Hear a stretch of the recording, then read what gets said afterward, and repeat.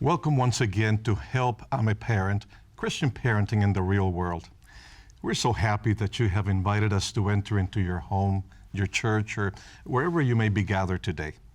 Perhaps you're viewing this alone or as a couple, or with a small group of friends, or maybe with a large church group, or perhaps you're watching this online. Wherever you are today, we are delighted you've joined us on this program. We're your hosts, Doctors Claudio and Pamela Consuegra, and together we serve as the Directors for Family Ministries for the North American Division of the Seventh-day Adventist Church. We believe that the most important role you will ever play is being a parent to your child. God has entrusted you with a treasure more precious than anything else you will ever own. In our last segment, we looked at ways to help our children be respectful and responsible. Today we're going to discuss the 3 T's. These 3 T's are very much a part of our everyday lives: our time, our talents, and our treasure. The first one is time. We all have the same number of hours in a day, and yet some of us tend to get so much more accomplished within that same 24-hour period. The skills acquired to use our time wisely and efficiently are actually learned in early childhood. Talents. From birth to age 7, it's not too early for you as a parent to begin to see the special gifts and talents that God has given your children. You may notice that they love music, or perhaps they love building things as they play with their blocks. Girls tend to lean towards being nurturing with their baby dolls. Or perhaps your children are especially gifted in their speech or even in their ability to argue. What role do those talents play in the development of your child's self-worth? And what about treasures? We all like to put a fence around what is ours. Our treasures, as small or as few as they may be, are important to us. We've earned them, and we want to safeguard them. Matthew 6, verse 21 says, "For where your treasure is, there your heart will be also." How do we help our children to be willing to use their treasures for Jesus? We call stewardship all that God has entrusted to our care: our time, our talents, and our treasures. Home is the place where children learn the principles of stewardship, the proper use and care of all that they are and all that they have. Thank you for joining us as we discuss this important topic.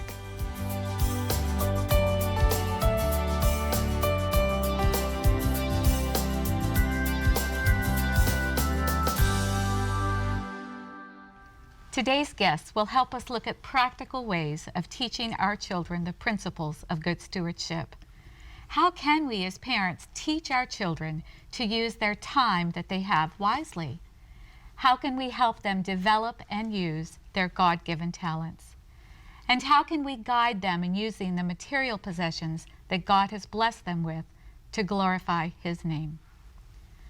Our special guests today are Dr. John and Janice Matthews.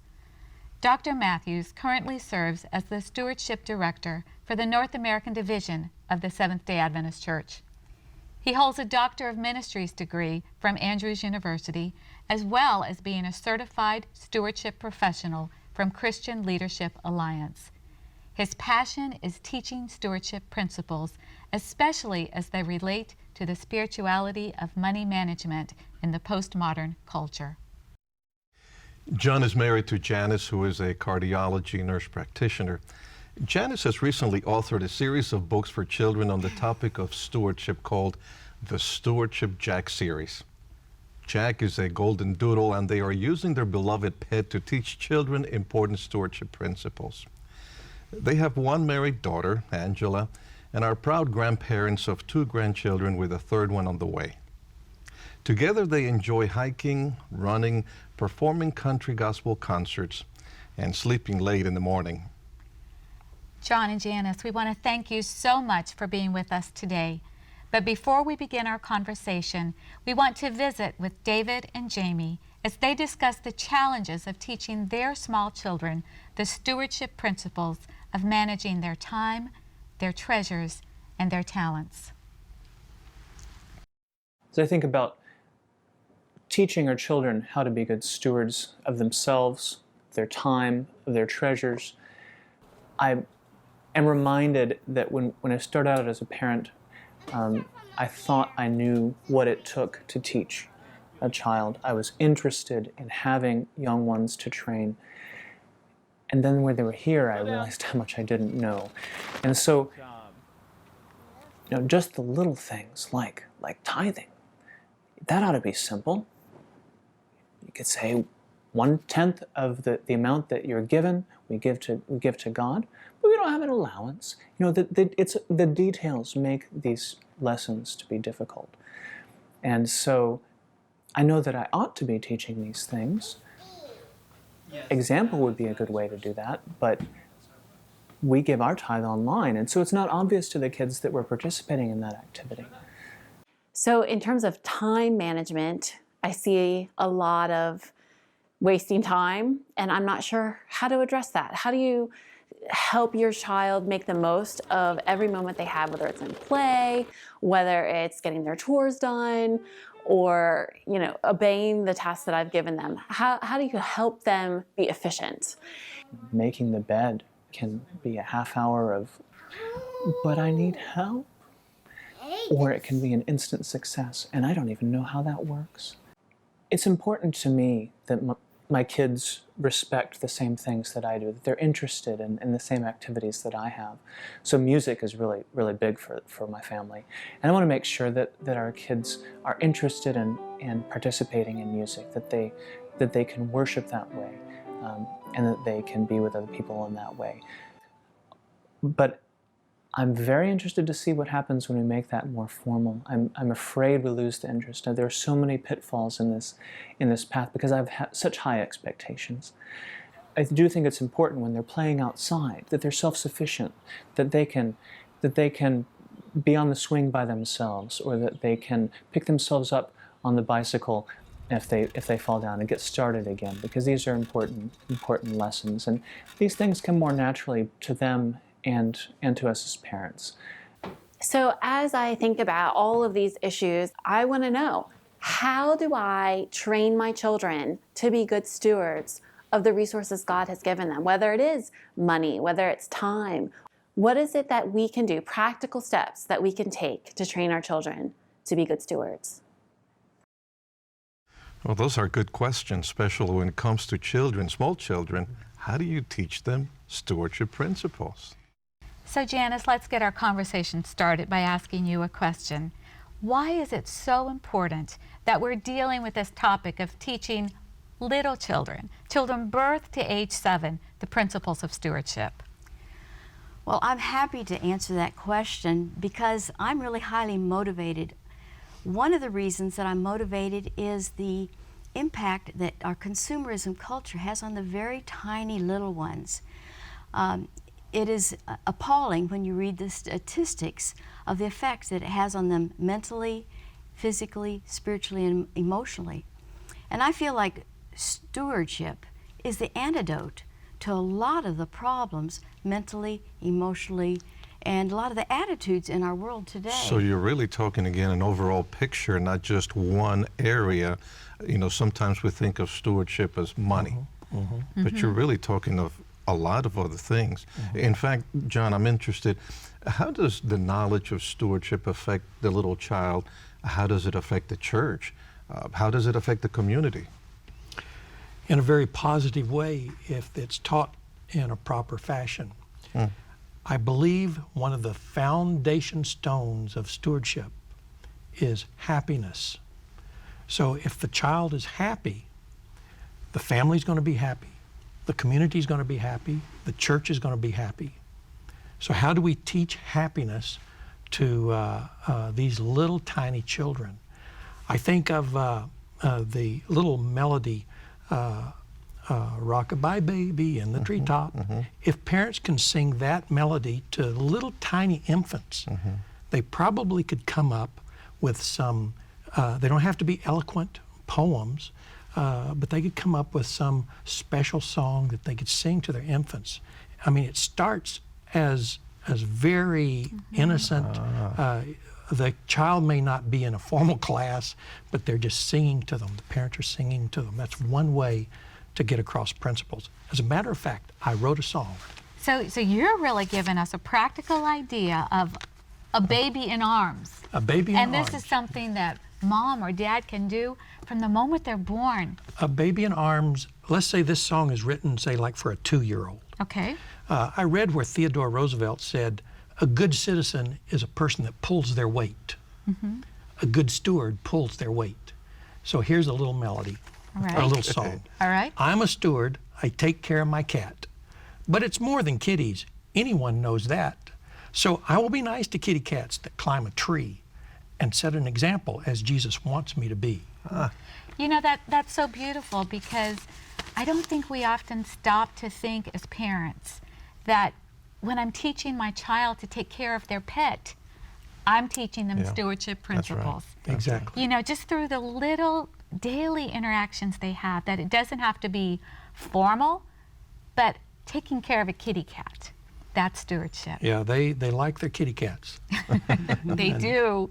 I like what you said, though, about happiness. You know, so many people think that parting with things, parting with money, given time, it's not a good thing to do. But you're saying the opposite. When you do give, when you share, it actually makes you happy.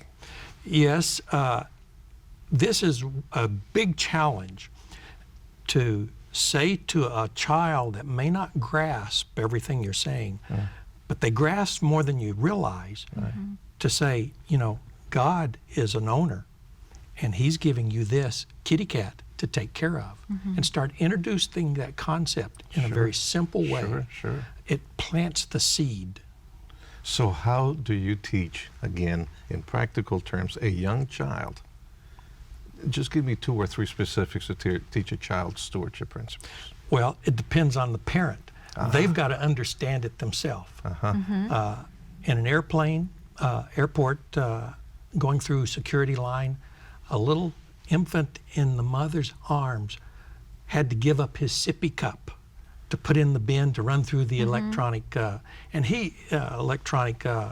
machine. yeah. And he was just squalling and squalling. What a teachable moment. Say, you know, wow. Jesus will take care of your sippy cup. It'll be okay. Oh, okay. Yeah, sure. That's a wonderful practical idea. But Yeah. there again, stewardship in a sippy cup at an airport. Yeah. And a lesson. So those teachable moments that are woven all throughout the day, things that we don't plan but just emerge. You know, I want to learn more about Jack. Tell us about Jack. Who's Jack? Well, it is because I was so interested in stewardship and seeing the importance of starting very, very young. And we have a dog, and because of our interest, he became Stewardship Jack. And I started writing little rhymes, and he loved to pose for photos. And so I started rhymes, making scrapbooks online. And then as we got interested in stewardship, I thought, well, let's do something having to do with stewardship for little tiny kids. So I started a series of books. Right now I have 3 ready to show, and they're on several different topics that I think are very relevant to little children. So the first one is This the first red one? one is Stewardship Jack, and Jack Gives Back. Okay. And it's about tithing, giving back, not giving to, but returning. And it's a concept that, you know, everything isn't mine, mine, mine. It all belongs to God, and 1/10 of everything that's our material possessions, our treasure, we need to return it to God, and it's why. So Jack is speaking, teaching? Is that Jack what is supposed to be doing the talking. It's in his words. But of course, we know that dogs can't talk, and I make that clear at the beginning. And we talk about how do you give tithe? And of course, Jack gives biscuits instead of money. So he gives 1 out of every 10 biscuits, and learns that brings happiness when you learn to return to God and realize that He's your owner. So let's give parents a very practical idea, because you brought up tithing and you brought up Jack's 1 out of 10 biscuits. How can we teach even young children the principle of tithing? We heard it in our family that we were introduced at the beginning of this segment. That's a question they have. When so many parents give online, How do we teach them that? I think the important thing we've already touched on is by example. They may give it online, and at first the child does not understand what online is. They don't see the money coming Right. and going. Yeah. Right. So you start with what they can see, with dog biscuits, then with their pennies. You can have a series of banks for children depending on their age level. One is for saving, one is for spending, one is to return to God, and you can get more elaborate if you want to have offerings or tithing. So as soon as they can count to 10, whether it's counting dog biscuits or pennies, we're teaching them the principle Well, of they tithing. love to learn, and they're learning counting as well as Right. learning that 1/10, and those are connected to practical everyday lessons. Part of this poem we set to music. It's called 1 penny, 2 penny, 3 penny, 4, 5, 6, 7, 8, 2 pennies more. 10 little pennies, but they're not all mine. I'll give God the first one, then I will have 9. Then there's some other parts to that So song. they have the words of the song that the children Right. can learn from the moment And that there's they begin to hear activities in the them. back of the book for how you can, maybe at a time where you have worship time with your children, or maybe bedtime with the children, little activities they can use to talk about tithing. One of them is the benefits of tithing, where you have a bowl and you pour a box of cereal into the bowl until it just overflows and overflows. And then you talk about how God will open the windows of heaven and pour out blessings on That's you. a great idea. That is a great You know, we want idea. to talk more about Jack. I want to hear more about the other books that you have too, and more about what stewardship is all about. So we'll come back and talk more about that in just a few minutes. You can probably already tell that we will not be able to cover every area, every concern, or every question you may have with just one parenting resource. Parenting will continue to produce new challenges and questions every day. As our children grow and change, so do the parenting challenges. Our goal is to continue this conversation with up-to-date resources and parenting tools.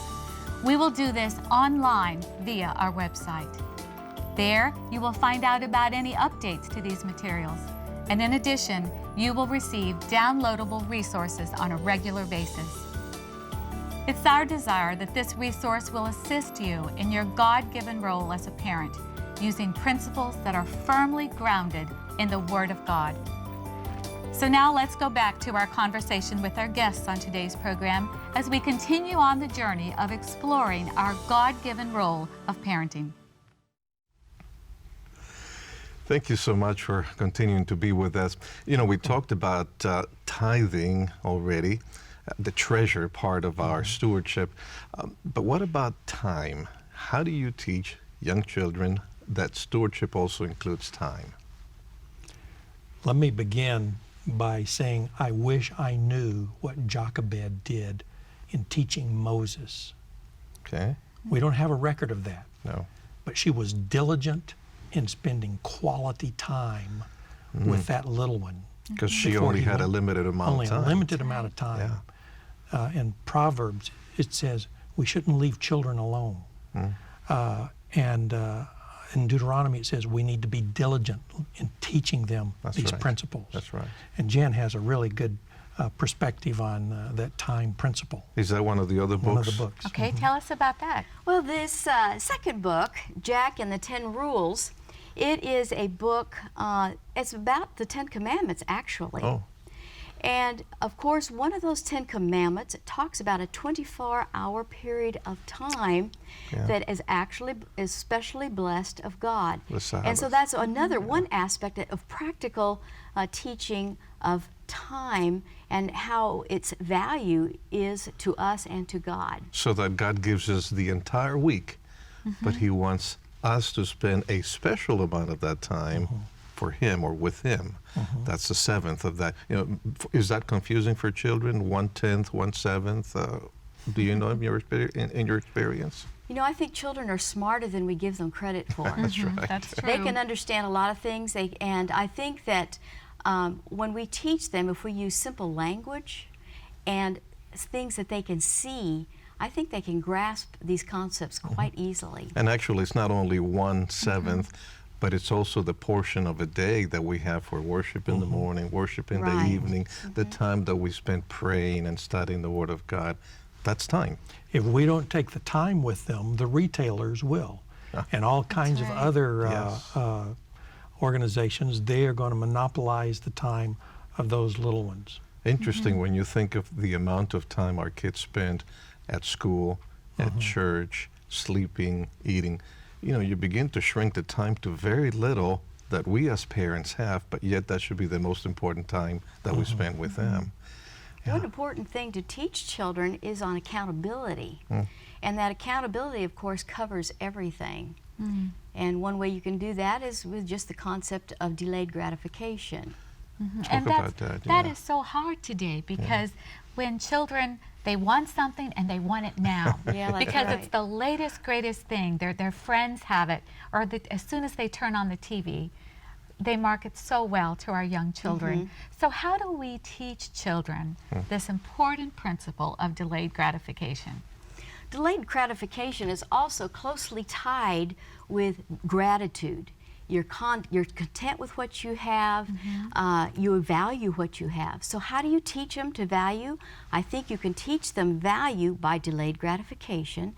And you teach them delayed gratification by planning and trying to figure out how you can achieve a certain goal that will achieve satisfaction. Yeah, but see, they watch you go to the ATM and money comes out That's so right, fast and that's easy. right. That's why they say, Mom, Dad, buy me something. Well, we don't have money. Well, let's go to the ATM. So tell me, what's Well, that this bear all little about? bear is, well, I better not say how old it is because it's my daughter's bear. She was 4 years old. Oh. We lived in a darling little town, Muscatine, Iowa, when she was 4 years old, and we went to the mall, and she saw this very bear in the store, and it wasn't expensive. I could have bought it for her, and she would have liked it for a few minutes, and that would have been the end of it. But I thought, you know, this might be a good time for her to learn the value of saving and doing things on her own. So she saved her money. And it wasn't long because it wasn't very expensive. And I remember going up to that counter with her. She was tiny. She reached up and she put her money on the counter, and she was able to pay for her own bear with her own money that she had saved. And she and I both, I just called her a week or so ago and says, do you remember this still? And she says, yes, I do. That's probably I why bought you it with still my have own. it. It means And something more. And it means something to both of us because it was her Absolutely. first experience in achieving a goal and delaying her gratification. Sure. Right. Now, in the short time we have left, we also want to make sure that we cover the area of talents. You know, as parents, we want our children to grow up to be a musician or a great soccer player, and it seems our schedules today are so packed with extracurricular things. The piano lessons, the art school, the painting lessons, the gymnastic classes, the dance classes. Karate. How do we teach our children to use, first to identify and to use their God-given talents? Well, that's important to me as well. And the third book that I had Stewardship Jack that the write green one? is this one. It's called Jack's Hats. And you've heard the expression, or what hat are you wearing? And that is meaning, you know, what do you do, or what is your talent? And in this book, Jack is dealing with talents in a way. It's what is his talent? You know, in some of his little poems, he's saying, we all have talents and things we can do. Some have a lot, some have a few. And he goes through, well, I can't ride a horse. You know, I by couldn't the stay way, in a before saddle. I forget, you can find those books on our website, helpI'mAParent.org. So anyone can find the books there, or a link to purchase the books, because they are fantastic books for children. That's right. Just look in our section on time, talents, and treasures, and parents will find out how to purchase these Right. Stewardship That's Jack books. helpI'mAParent.org. That's right. Yeah. So go ahead. Well, I was just saying that these Jack talks about talents, and that basically when you realize that the talents you're given to, that you have, are really a possession given by God, and you're to use it to help others. That's another way of teaching accountability. We're to use those talents and to find out what our talent is, be happy for that talent, develop that talent, and use it to share with others. So all children have a talent. Every they have child. a gift from the time they're born. You can almost see that natural ability to do certain things, to be it exercise or singing, and it's just a matter of the parents finding out what that talent, or paying attention to see what talent they have, and then cultivating it. For what reason? What for? They need to connect that gift with the ultimate steward, who's Jesus Christ, the giver of all these The gifts. giver. He's the one that gave them the talents. And that has to do with ownership, with stewardship, with salvation. Sure. And they've got all the things that child learns and the parent teaches that child has got to somehow be connected to the ultimate steward, as I call Jesus. And because he demonstrated delayed gratification. He demonstrated love for children. He demonstrated kindness. He So demonstrated. that was God's plan for stewardship then. It wasn't just some kind of idea that he came up to make our life difficult, but rather to connect us to him. If we live according to his principles, we will be happy. Wonderful. Great And if we idea. can get those principles instilled into the minds of those children, even when they're infants, they will be happy, because retailers want that child to be a customer from cradle to grave. Yes. So once a parent, always a parent. Yes. We've got to teach those children, be diligent about conveying simple messages of how Jesus loves them. So learning to be content Wow. with all that God has given you, your Yes. time, your talents, and your treasures. Yes. Well, John and Janice, we want to thank you so much for joining us as we have explored some of the challenges of parenting today. And we want to thank you for joining us as well, as we have explored some of the challenges of parenting today. We invite you to visit our parenting website, www.helpimaparent.org. There you will find many additional resources and materials. And when you feel like screaming out, "Help, I'm a parent," claim God's promise. Do not fear, for I am with you. Do not be dismayed, for I am your God. I will strengthen you and help you. I will uphold you with my righteous right hand.